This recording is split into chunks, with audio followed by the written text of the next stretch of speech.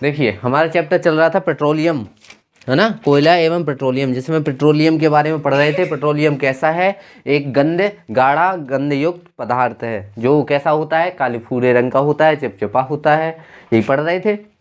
और ये कहाँ से प्राप्त, मतलब ये कैसे मिलता है, ये कैसा होता है, एलिफेटिक हाइड्रोकार्बन का मिश्रण होता है। ठीक है, कौन सा, एलिफेटिक हाइड्रोकार्बन का मिश्रण होता है। पेट्रोलियम का परिष्करण कैसे किया जाता है, तो पेट्रोलियम के परिष्करण के लिए किसका यूज, हाँ कौन सी विधि, प्रभाजी आसवन द्वारा किया जाता है। ठीक है, परिष्कृत मतलब शुद्ध करना। ठीक है, और हाँ, पेट्रोलियम को जब अलग अलग ताप पर या फिर क्वथनांकों पर गर्म किया जाता है तो अलग अलग तत्व मिलते हैं, ये तो पता है। ठीक है, अब उनमें से तत्व थे, जैसे पहले आता है वो गैसीय हाइड्रोकार्बन। सबसे, जैसे किसी को गर्म करते हैं तो क्या पहले गैस ही तो निकलती है, वाष्प ही तो निकलती है। अब उसमें पानी तो है नहीं कि वाष्प निकले, ऑयल है तो ऑयल में गैस निकलेगी। तो गैसीय हाइड्रोकार्बन में गैसीय ईंधन carbon black H2CO NH3, NH3 क्या होता है, NH4 बताया था ना, और सॉरी CH4 बताया था। हाँ, CO मतलब कार्बन मोनोऑक्साइड, और H2 मतलब, H2 क्या होता है, देखो, हाँ हाइड्रोजन गैस। ठीक है, ऑक्साइड नहीं है, H2O नहीं है, वो H2 बस है। जिसमें दो अणु हो वो गैस के फॉर्म में होगी, चाहे O2 हो, O नहीं होती है गैस, O2 होती है, N2 होती है गैस, H2 होती है गैस। जितने ये 2 होंगे ना, ये सारे गैसीय अवस्था में होंगे। कैसी, गैसीय अवस्था में। ठीक है, अब आता है ईथर। ईथर कैसा होता है, रबड़, तेल तथा वसा के लिए विलायक की तरह कपड़ों की सूखी सफाई में। तो ईथर का उपयोग किया जाता है कपड़ों की सूखी सफाई में किया जाता है, ये वाला पॉइंट ज़्यादा जरूरी है। बेंजाइन कपड़ों की सूखी सफाई में। ठीक है, लेग्रोइन विलायक के रूप में, ये पढ़ के आई हो ना, आयो, नहीं पढ़ के आई हो, पढ़ाई में ध्यान नहीं है, पढ़ाई में ध्यान दो। कैरोसिन, अच्छा गैसोलीन, गैसोलीन या पेट्रोल, तो ध्यान देना, जैसे पेट्रोल तो सबको पता है, वहाँ अगर गैसोलीन भी आ जाए तो यही है क्या, हाँ एक ही ताप पर निकलते हैं। तो मोटर कार में ईंधन के रूप में, विलायक के रूप में, सूखी सफाई में, पेट्रोल गैस बनाने में। ठीक है, ठीक है। अब आता है कैरोसिन। कैरोसिन को बोलते हैं पैराफिन तेल। ठीक है, गर्म करने के लिए, मतलब गर्म करने के लिए घरों में ईंधन के रूप में, ये सबको पता है, ईंधन के रूप में कैरोसिन का उपयोग किया जाता है। ठीक है, डीजल, भारी भारी भारी वाहनों में, जो तुम्हारे जितने बड़े वाहन होते हैं अधिकतर डीजल से ही चलते हैं। जो तुम्हारा रेल का इंजन है वो भी डीजल इंजन होता है। हाँ, ट्रक भी चलता है।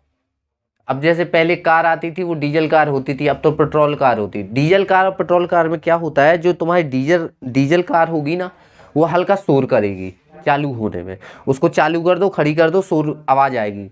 लेकिन कुछ गाड़ियाँ ऐसी होती हैं जिनमें आवाज़ नहीं आती, चालू कर दो, चालू करने में आवाज़ आएगी, फिर आवाज़ नहीं आएगी, होता है कुछ कार होती हैं, तो वो सभी पेट्रोल कार होती हैं। स्नेहक तेल, मशीनों की तेल, स्नेहक तेल, जैसे मशीनों में तेल डाला जाता है उसे बोलते हैं स्नेहक तेल। ठीक है, पैराफिन, पैराफिन मोम, एक होता है पैराफिल तेल। ठीक है, तो पैराफिन मोम अलग है, तेल अलग है, तो पहले निकलता तेल, बाद में मोम। ठीक है, मोमबत्ती बनाने में, वैसलीन बनाने में, चिकनाई युक्त स्नेहक तेलों में, स्नेहक मतलब चिकने पदार्थ तेलों में। ठीक है, एसफॉल्ट पेंट बनाने में और सड़क बनाने में। अब एसफॉल्ट, जो डामर होता है, डामर डामर होता है ना, उसमें काला काला छिड़काव किया जाता है ना, वो वही होता है। आज कभी रोड बनते ना देखा होगा, है, देखा है, उसमें जब रोड डालते हैं तो एक कुछ कैन ऐसी रहती है, वो तेल ऐसा डालते जाते हैं, उसे बोलते हैं क्या, उड़ गया है, हाँ बोलो बोलो अंग्रेज। तुम है एलिफेंट। हाँ हाँ एसफॉल्ट। तो इतने मरे मरे मतलब थोड़ी अच्छे से बोलो कि हाँ सही बोल रही हो कि गलत बोल रही हो। अब उस दिन पढ़ा था अपन ने लिक्विफाइड पेट्रोलियम गैस एलपीजी। नहीं पढ़ा? हाँ पढ़ा था ना। तो एलपीजी का ताप कितना होता है? 50,000 किलो जूल पर केजी। मतलब 1 केजी में 50,000 किलो जूल तक की ऊर्जा निकाली जा मतलब मिलती है उससे। ठीक है। जलने के बाद कोई अवशेष नहीं मिलता है, कोई प्रदूषण नहीं फैलाता है। ठीक है। और कोई गैस नहीं निकलती है। मतलब गैस होती है ना, क्या होता है जैसे कोई चीज़ें जलती हैं, जैसे अपन सीख भी जलाओ तो उससे काला काला धुआं उठता है ना, बहुत हानिकारक होता है। जब माचिस जलाते ना, और अगर जैसे ही वो जलती है, अगर वो धोखे से भी नाक के अंदर चली जाए, हाँ वही, ये सब चीज़ें नहीं होती। अब देखो प्राकृतिक गैस में आते हैं। देखो प्राकृतिक गैस में मुख्यतः मेथेन। अब इसमें प्राकृतिक प्राकृतिक गैस, अब प्राकृतिक गैस में कौन कौन सी आती है? एक तो मेथेन आती है। देखो methane, ethane, propane, butane, ethane methane propane butane. और भी होती हैं जैसे पेंटेन, हेक्सेन, सेप्टेन, ऐसे होती हैं, गिनती होती हैं, जैसे 1 2 3 होती है ना, ये सब होती हैं। तो प्राकृतिक गैस जैसे methane, ethane, propane, butane, pentane, hexane ऐसी होती हैं। तो जिनमें मेथेन, एथेन, प्रोपेन और ब्यूटेन होती है। ब्यूटेन कहाँ उपस्थित होती है? एलपीजी में होती है, याद देना। और ये प्राकृतिक गैसें होती हैं। ठीक है। प्राकृतिक गैस वे गैस जो प्रकृति द्वारा होती है, ये ध्यान देना, ऑटोमेटिक निकलती है। अब देखो प्राकृतिक गैस में होता क्या है? मेथेन होता है। मेथेन कितना होता है? 80 से 90% होता है। ये सबसे ज़्यादा प्राकृतिक गैस में होता है। ठीक है। एथेन 6 से 10% है। प्रोपेन 3 से 5% और ब्यूटेन 1 से 2% उपस्थित होती है। इसलिए ब्यूटेन उपस्थित रहती है। हाँ ब्यूटेन होती है ना, इसलिए ये प्राकृतिक गैस क्या होती है? ज्वलनशील होती है। जिसमें जिसमें तुम्हारा हाइड्रोजन होगा वो सभी ज्वलनशील होते हैं अधिकतर। जैसे मेथेन, प्रोपेन, ब्यूटेन और मीथेन जैसे बताई थी CH4, है ना, ये अधिकतर ज्वलनशील ही होती हैं। तो यह जलने पर कम कार्बन और प्रदूषण उत्पन्न करती है। जब ये प्राकृतिक गैस जलेगी ना तो कम प्रदूषण देती है, कम प्रदूषण करती है। ठीक है। कम प्रदूषण करती है और कम कार्बन भी देता है। कार्बन भी लिखे दे रहे, कार्बन जो काला काला बच जाता है, कम कार्बन भी मतलब देती है ये प्राकृतिक गैस। कोयला और पेट्रोलियम उत्पादों की तुलना में यह हानिकारक गैसों और अन्य प्रदूषकों के कम उत्सर्जन के साथ जलती है। अब देखो जैसे कोयला पढ़ा अपन ने, पेट्रोलियम पढ़ा, तो इन दोनों की तुलना में ये कम प्रदूषण देगी। ये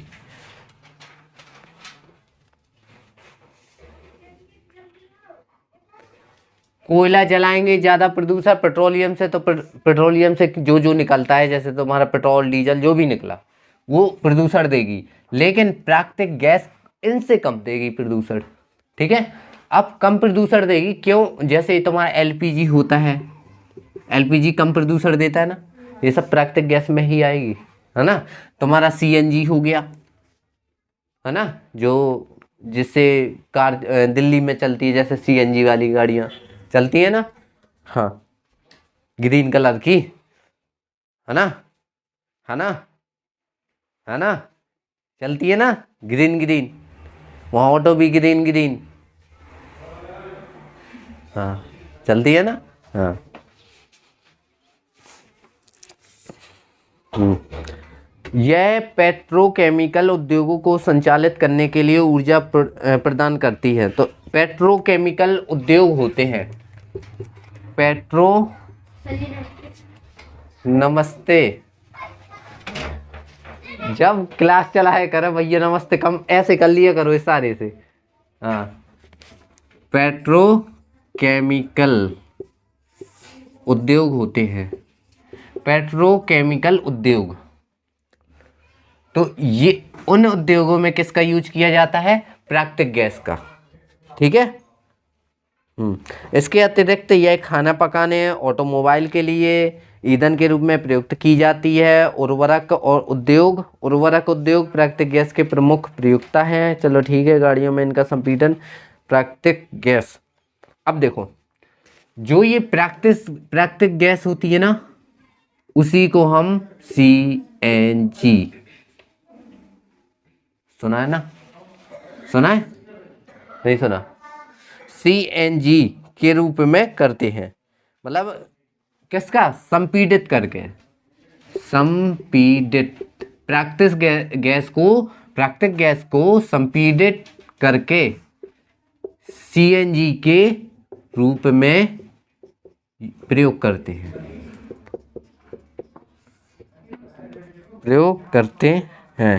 इसलिए C4 होता है कंप्रेस्ड मीन्स होता है संपीड़ित करना। N4 होता है नेचुरल मीन्स होता है प्राकृतिक। हाँ, और G4 गैस। वाह, हमें तो ये पता ही नहीं था। हाँ, बहुत बताया तुमने। कंप्रेस्ड नेचुरल गैस है ना? अरे वो वही हम देख रहे हैं भाई। हाँ, compressed natural gas. Compressed means होता है संपीड़ित करना, नेचुरल मीन्स होता है प्राकृतिक, और गैस मीन्स गैस होता है। नहीं, बहुत ये नहीं बताया, सीधे ये बताया। ये तो सच में हमें पता ही नहीं था, बहुत कठिन शब्द है, हम तो बोल भी नहीं पाते हैं कि इसको गैस कहते हैं। हाँ, नहीं बताया। तो प्राकृतिक गैस कौन कौन सी होती है? मेथेन, एथेन, प्रोपेन, ब्यूटेन होती हैं। अब प्राकृतिक गैस में मेथेन कितनी होती है? 80 से 90%। फिर एथेन कितनी होती है? दिख रही है क्या? हाँ, तो ठीक है। प्रोपेन कितनी होती है? 3 से 5। अच्छा, हाँ, याद हो गया है। ब्यूटेन 1 से 2%। हाँ, जब इसी प्राकृतिक गैस को संपीड़ित कर देते हैं तो CNG के रूप में अपने प्रयोग करते हैं, जिसका फुल फॉर्म होता है कंप्रेस्ड नेचुरल गैस। पूछ गया कपड़ों से। कंप्रेस्ड नेचुरल गैस, इसका उपयोग पेट्रोकेमिकल उद्योगों में किया जाता है। कम प्रदूषण और कम कार्बन देता है। कम प्रदूषण देता है इसलिए यूज की जाती है वाहनों में, क्योंकि दिल्ली में देखते हैं ना कितना प्रदूषण है। हाँ, तो दिल्ली में कितना सारा प्रदूषण होता है, इसलिए CNG का उपयोग किया जाता है वाहनों में, सबसे अच्छा होता है। अब देखो, संपीड़ित प्राकृतिक गैस, कंप्रेस्ड नेचुरल गैस। अब इसका लाभ क्या है? देखो, यह पूर्ण ईंधन है। मतलब पूर्ण ईंधन का मतलब होता है पूर्ण ईंधन। पूर्ण ईंधन क्यों है? क्योंकि ये पूर्णतः जल जाता है, लगभग पूर्णतः जल जाता है। मतलब कुछ भी अवशेष नहीं छोड़ता, मतलब अवशेष कम छोड़ता है, ना के बराबर। जिसका उपयोग सीधे उद्योगों व घरों में किया जाता है। तो इसका उपयोग कहाँ किया जाएगा? घरों और वाहनों में, कारखानों में। मतलब इससे कोई खतरा नहीं होता है। ठीक है। ऐसे तो फिर तुम्हारे ऊपर छिड़क दे। अच्छा, गैस छिड़क देंगे तो लग जाएगी आग। हाँ, पेट्रोल थोड़ी है, गैस होगी तो उड़ नहीं जाएगी। तुम्हारे ऊपर खूब सिलेंडर, वो ये गैस है, कह रही गैस है। गैस है वो। CNG क्या है? और CNG कहाँ किससे बनती है? नेचुरल गैस से, ये याद रखना। नेचुरल गैस का यानी प्राकृतिक गैस का संपीड़ित रूप कौन है? सीएनजी। ये भी आ सकता है, वहां ऑप्शन आएगा प्राकृतिक गैस का संपीड़ित रूप क्या है, तो ऐसे दिया जाएगा सीएनजी, पीएनजी और एलपीजी, और कोई और दे देगा जैसे और बताओ कोई और कोई जी है? क्या लिख दे? क्या लिख दे? साहिल जी लिख दे। हाँ, वो कोई भी नाम बता दो। हाँ, तो कोई जी और आ जाएगा, कहने का मतलब है। हाँ, लो ए जी, ठीक है। हाँ, अंशिका जी, ठीक है। अब बताओ। नहीं, हमें नहीं गौर से सुनना, यहाँ देखो। हाँ, तो जो ये पूर्ण ईंधन होता है, ये पूर्णतः जल जाता है, और जलने के बाद कोई भी ठोस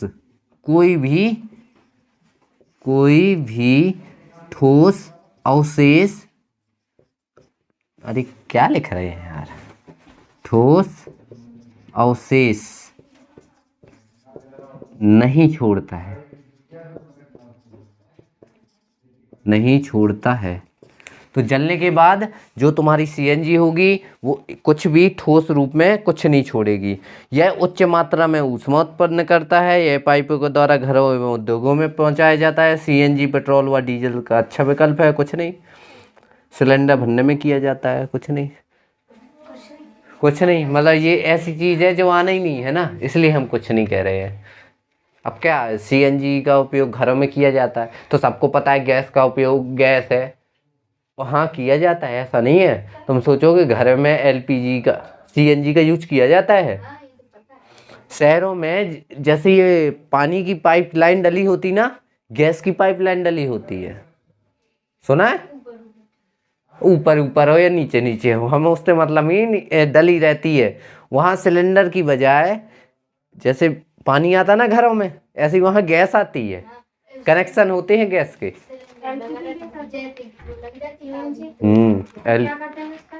क्या करते होंगे? नहीं, क्या करते होंगे? तुम गैस सिलेंडर मंगवाती हो घर में जाके, क्या करती हो? तो वो क्या कराएंगे? जानवर पकाएंगे क्या? खाना ही तो पकाएंगे। सीएनजी का यूज भी किया जाता है अपने यहाँ। हाँ, नहीं तुमको सीधा नहीं आता ना समझ में, इसलिए बोल रहे हैं। अब आगे देखो, कुछ सीमित प्राकृतिक संसाधन। अब जो सीमित होते हैं मतलब जो बहुत कम मात्रा में बचे हुए हैं या फिर हैं, ठीक है।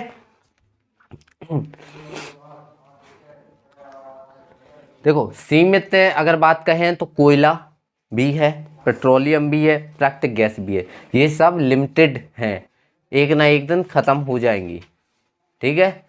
जब ख़त्म हो जाएंगी तो बढ़िया साइकिल उठाएंगे, चल देंगे, बैलों को बांधेंगे, बैलगाड़ी में चल देंगे। यही होता है। कहाँ चल देंगे पूछ लो। अच्छा ऐसा है। अरे चल देंगे का मतलब होता है पहले के ज़माने में साइकिल वगैरह ये सब चलती थी। हम कौन सीरियस है। हाँ, यहाँ देखो, ऊर्जा के वे स्रोत जो प्रकृति द्वारा प्रदत्त है, मतलब जो प्रकृति द्वारा दिए जाते हैं तथा जिनका निर्माण अत्यंत अधिक समय में हुआ है। हमने बताया था ना कि ये खनिजों का निर्माण कैसे होता है। दुनिया पलट जाती है, धरती में अवशेष दब जाते हैं, तो बहुत साल लगते हैं इनको निर्माण होने में। इन्हीं को कहते हैं, यही है प्राकृतिक संसाधन, प्राकृतिक संसाधन। तो प्रकृति में ये स्रोत सीमित व अनवीकरणीय। जो कोयला होगा यूज कर लोगे, उससे नई चीज़ नहीं बना पाओगे। पेट्रोल होगा यूज कर लोगे, नई चीज़ नहीं बना पाओगे। ये कागज़ है यूज कर लोगे, दोबारा बना लोगे, है ना। प्लास्टिक है कोई यूज कर लोगे, सड़ गई, टूट गई, फूट गई, कुछ भी हो गया हो, बेच दो कबाड़ी वाले को, वहाँ पहुँचा देगा, वहाँ से बन के दूसरी चीज़ आ जाएगी, लेकिन आ जाएगी, ठीक है। लाखों वर्ष पूर्व, अब इसको सुनो ध्यान से, लाखों वर्ष पूर्व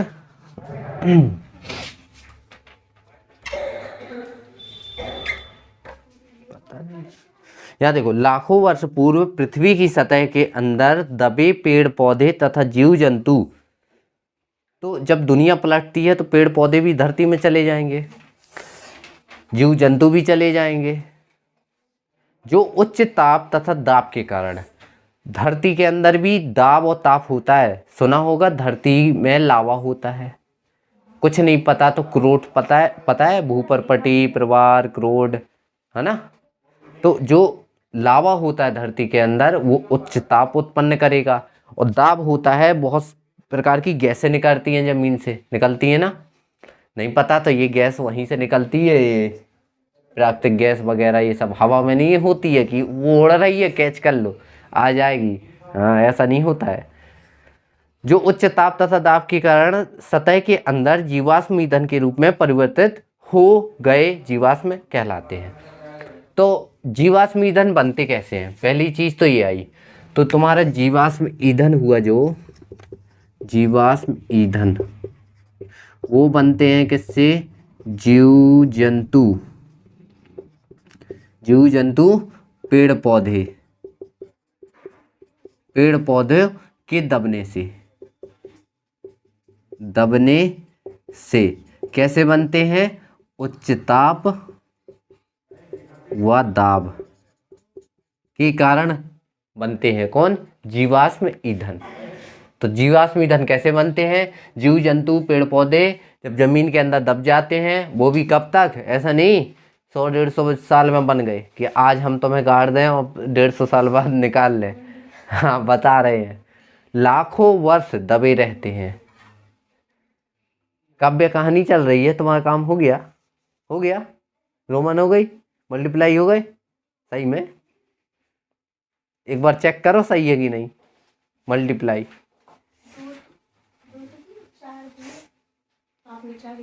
चार हो गए, आज तुम भी 200 की स्पीड में हो। यहाँ देखो, वास्तव में जीवाश्म ईंधन वह सौर ऊर्जा है जो प्राकृतिक संसाधनों द्वारा संग्रहित की गई है। कोयला, पेट्रोलियम पदार्थ तथा प्राकृतिक गैस सबसे अधिक उपयोग में लाए जाने वाले जीवाश्म ईंधन हैं। जीवाश्म ईंधन जैसे कोयला, पेट्रोल, प्राकृतिक गैस, कोयला, पेट्रोलियम, प्राकृतिक गैस सबसे ज़्यादा उपयोग में लाए जाने वाले जीवाश्म ईंधन हैं।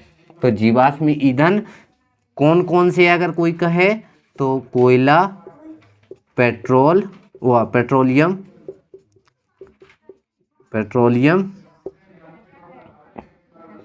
और नेचुरल गैस यानी प्राकृतिक गैस।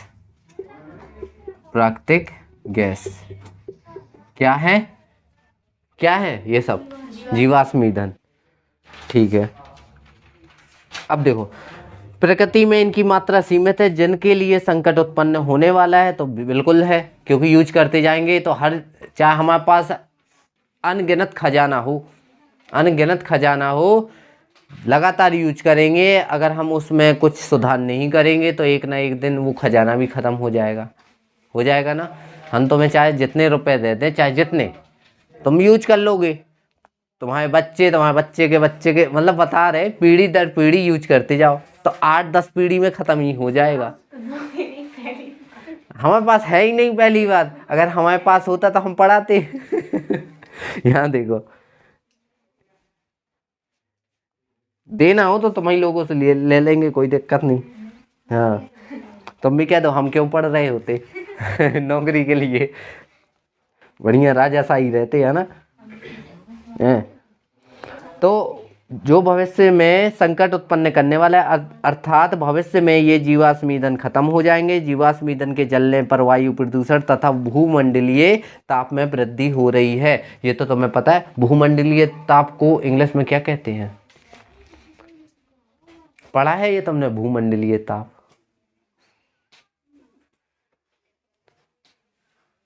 भूमंडल और ताप, ग्लोबल वार्मिंग। हाँ वहाँ अगर आ जाएगा ना तो हाँ तो बस यही आ जाएगा, इसी को कहते हैं, हाँ इसी को कहते हैं भूमंडलीय ताप, यानी है ग्लोबल वार्मिंग। नहीं पढ़ी क्या? हाँ तो बस तो भूमंडलीय ताप में वृद्धि हो रही है जिसे ग्लोबल वार्मिंग कहते हैं। अतः अत्यधिक आवश्यकता पड़ने पर ये ईंधन का उपयोग करना चाहिए जिससे वायु प्रदूषण एवं भूमंडलीय ताप में वृद्धि कम होगी। स्कूटी मत लेना, तुम स्कूटी मत लेना, प्रदूषण होगा, जरूरत हो तभी लेना है। हाँ हाँ, एक लोग का एक्सीडेंट हो गया, अभी लड़की को चलाने नहीं दे रहे थे। ये लड़की का एक्सीडेंट इसमें दिखाना है क्या? क्या पता है? नहीं नहीं नहीं, कार मतलब अपनी गाड़ी वाहन नहीं चलाओ, और प्लस में अगर बिना हेलमेट के निकल जाओ तो 5,000 का चालान देना है। एक्सीडेंट हो जाए अच्छा तुम घाल दो स्कूटी तो कोई दिक्कत नहीं। हाँ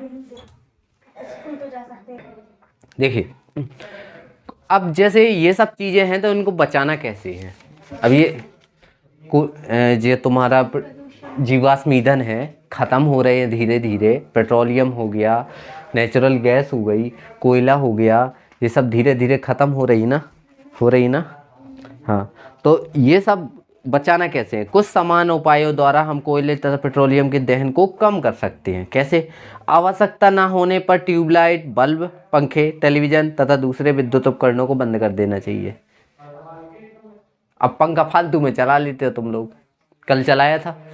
हाँ, बिजली बचाने के लिए ऊर्जा दक्ष विद्युत उपकरणों का प्रयोग करना चाहिए। देखो, जो तुम्हारा पहले 100 वाट का बल्ब होता था, ये बहुत बर्बाद करती है। नए वाले घर में 100 वाट का बल्ब जलाती है। ऐसा नहीं कि 90, 50, 60 रुपए खर्चा करके 9 वाट का जलाए, 10 बल्ब जल जाएंगे उससे। 9 रोज निकलो तो रोज दिखता है वो, तो ऊर्जा खर्च कर रही पैसे बचाने के चक्कर में। तो क्या मतलब, एक बल्ब ले जाके वहां नहीं चिपका सकती हो बिजली। हाँ, अपना वाहन प्रयोग में लाने के स्थान पर सार्वजनिक वाहन। अब जैसे अलग अलग सब कोई अपने, जैसे यहाँ पे हैं 1 2 3 मतलब समझ लो 20 लोग बैठे हैं। अब 20 बाइक चलाने से ज़्यादा अच्छा है कि एक बस में चले जाओ, 4 व्हीलर बन जाओगे। हम लोग बन जाएंगे। तो एक बस में चले जाओ तो थोड़ी बचत होगी। ठीक है, आजकल नहीं चलता है, सबके पास अपनी अपनी कार, अपनी अपनी बाइक। ऑफिस जा रहे हैं तो ये लो हमारी एक कार, इसमें जाते हैं, दूसरे भैया दूसरे कार में, तीसरे भैया तीसरे कार में। एक आध छोटी दीदी बहन जी हुई, उन्हें स्कूल भी जाना है, ड्राइवर अंकल को, चलो ड्राइवर अंकल स्कूल छोड़ाओ, तो उन्हें छोड़ने जाओ, फिर वो लौट के आएगा, फिर लेने जाएंगे, है ना। ऐसा चलता रहता है। देखो, अपना वाहन प्रयोग में लाने से ज़्यादा अच्छा है कि बस ट्रेन वगैरह से चले जाओ, है ना। लिफ्ट का प्रयोग करने के स्थान पर सीढ़ियों का उपयोग करना चाहिए। लिफ्ट तो जानते हो ना, देखिए चले भी हो। हीटर या सिगड़ी का प्रयोग करने के स्थान पर, हीटर जानते हो, हीटर जो सबके घर में लगी, तो करने के स्थान पर सर्दी में एक अतिरिक्त स्वेटर पहनना चाहिए। तापने के लिए नहीं यूज करते हो तुम, तो कुछ नहीं करती हैं, सबरे जुर्म दुनिया के हम ही करते हैं। हाँ, अब चलो बताओ ऑप्शन कुछ हल कर लिए होंगे, चलो पूछे ले रहे ना, तभी तो दिमाग का पता चलता है। विश्व को गर्म रखने के लिए कौन सी गैस उत्तरदायी है? जितनी हमने लिखवाई बताओ।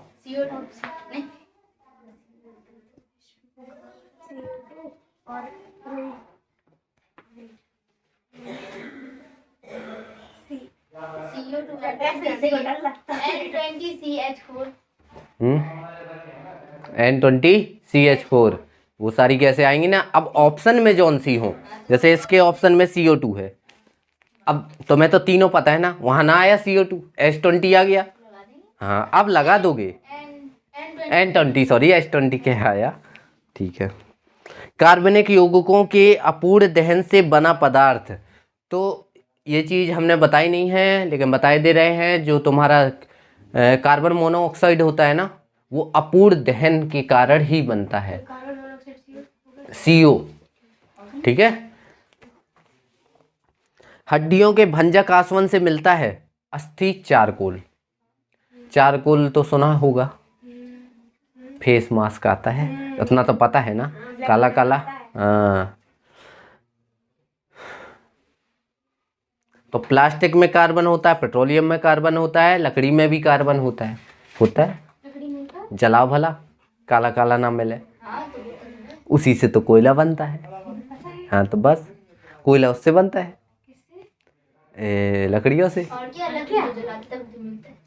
अच्छा, तो फिर लेकिन हमने तो फिर वैसा कहा कि जमीन से निकलता है, नहीं मिलता लकड़ी, खदानों से निकलता है, हैं? नहीं मिलता तो लकड़ी। फिर कैसे वो जब घर में जलाते हैं तो निकलता नहीं है? वही तो, वो क्या है फिर?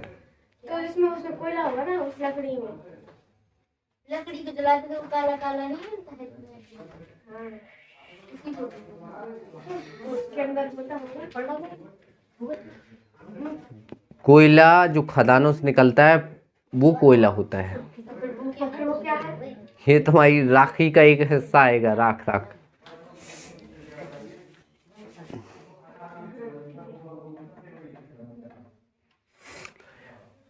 उसमें कार्बन होगा, बस इतना याद रखो, लकड़ी में कार्बन होगा बस।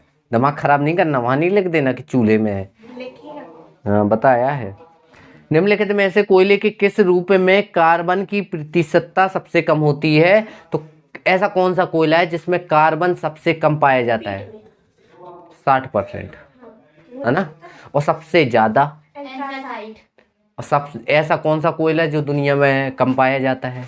कम पाया जाता है कि ज्यादा पाया जाता है? हम पूछ रहे कम पाया जाता है। मीठी पाया जाता होगा तो ज्यादा बताया आपने। ज्यादा बता दो। वो बिटुमिनस। हाँ, बिटुमिनस कोयला सबसे अधिक पाया जाता है। कोयले का शुद्धतम रूप क्या होता है? एंथ्रासाइट, बिटुमेंस, लिग्नाइट, पीट। देखो, जिसमें जितना ज्यादा कार्बन होगा उतना शुद्ध रूप। आपने बताया भी है। हाँ बता रहे हम भी। कार्बन का अपर रूप जिसका उपयोग धातु के निष्कर्षण में होता है, धातु के निष्कर्षण में होता है। अपचायक के रूप में कुछ ऐसा बताया क्या हमने? नहीं बताया, लेकिन फिर भी बताओ। कार्बन का एक अपर रूप होगा जिसका धातु के निष्कर्षण में यूज होता है, तो कौन कहलाता है? वैसे तो गैसीय कार्बन होता है, गैस कार्बन होती ना, वो होता है। अब देखो, काष्ठ चारकोल के कौन कौन से गुण के कारण यह गैस मास्क बनाने के लिए उपयुक्त है? चारकोल वाला मास्क सुना है ना, वही मास्क बनाने के लिए उपयोग है। तो तुमने क्यों यूज करते हो ये बताओ, फेस मास्क? क्यों? क्योंकि वो अंदर की गंदगी को अवशोषित कर लेता है, अपने ओर खींच लेता है। तो इसमें ऑप्शन लिखा है अच्छा अवशोषक, इसलिए लिखा है क्योंकि ये अच्छा अवशोषक होता है, मतलब ये खींच लेता है। ठीक है। हाँ। प्रोड्यूसर गैस मिश्रण है, प्रोड्यूसर गैस मिश्रण है किसका? CO और N2 का। N2 गैस है, CO कार्बन मोनोऑक्साइड गैस है। ठीक है। प्राकृतिक गैस का एक मुख्य अवयव मेथेन, एथेन, प्रोपेन, ब्यूटेन। अब ध्यान देना, प्राकृतिक गैस का मुख्य अवयव चारों हैं। अवयव मेथेन, देखो मेथेन, एथेन, प्रोपेन, ब्यूटेन चारों है ना, लेकिन मुख्य इसलिए मुख्य कहा गया, क्यों है? क्योंकि 80 से 90% है। अब समझ में आया ना।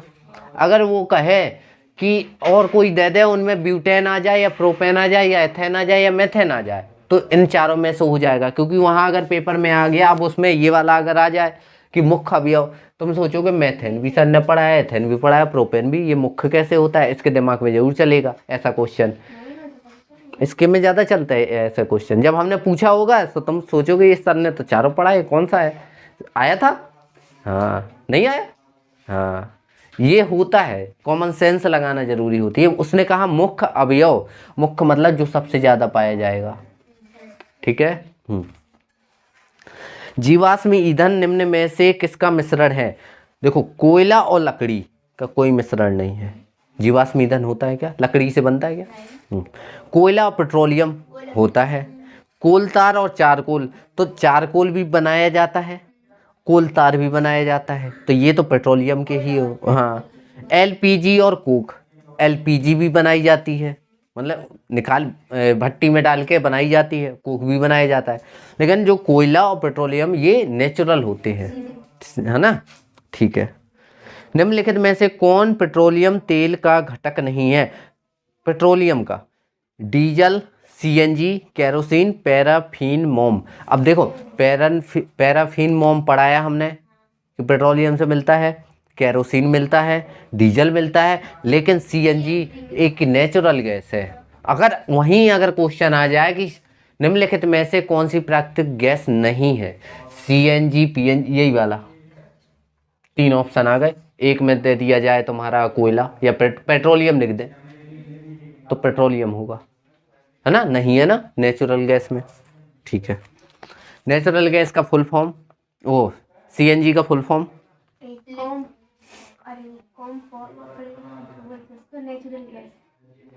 Compressed natural gas. देखो सबसे ज़्यादा कैलोरी और सबसे ज़्यादा ऊर्जा हाइड्रोजन में होती है। याद रखना ये क्वेश्चन, क्योंकि वहाँ अवयव दिए जाएंगे अगर, तो हाइड्रोजन जिसमें होगा वो ज़्यादा ज्वलनशील होगा, ज़्यादा ऊर्जावान होगा। याद रखना, ठीक है। हाँ ठीक है, फिनिश। तो देखो एक बार थोड़ा रिवीजन करते हैं इसका, है। कोयला एवं पेट्रोलियम चैप्टर था, इसमें सबसे पहले हमने पढ़ा था कि प्राकृतिक संसाधन क्या होते हैं जो प्रकृति से प्राप्त होते हैं, जैसे बालू, कौन सी वायु? बालू, हाँ, और हवा, जल, मृदा, हैं, जंतु, पादप, ये सब होते हैं। अब अक्षय होता है, देखो अक्षय को ही कहते हैं नवीकरणीय। अक्षय को क्या कहते हैं? नवीकरणीय स्रोत। अक्षय को क्या कहते हैं? नवीकरणीय स्रोत। मतलब जिसको यानी नवीन बनाया जा सकता है। नवीन मतलब नया, तो नया, हाँ, दोबारा बनाया जा सकता है। तो दोबारा बनाई जाने वाली चीज़ें जानते ही हो, नहीं बता पाओगे। हाँ, जैसे तुम्हारी बालू लगा दो, घर बनाने में लगा दो, एक दिन वो घर गिर जाएगा, फिर बालू बन जाएगी, मतलब मिट्टी बन जाएगी। उससे मिट्टी बन गई, कुछ तो बन गया ना, कचरा बन जाए, वो बन जाए। अब तुम्हारी वो पेट्रोल जल जाएगा, जल गया सो जल गया, क्या यूज कर लोगे उसका? कुछ नहीं। क्षयशील, अब क्षयशील जैसे कोयला, पेट्रोल, डीजल, ये सब होती हैं, इसको बोलते हैं अनवीकरणीय। जिसको नया ना बनाया जा सके उसे अनवीकरणीय, जिसे नया बनाया जा सके वो नवीकरणीय, उसी को कहते हैं अक्षय। और जो क्षय हो जाए क्षयशील। ठीक है, अब आता है कोयला। कोयला सबसे ज्यादा कहाँ पाया जाता है?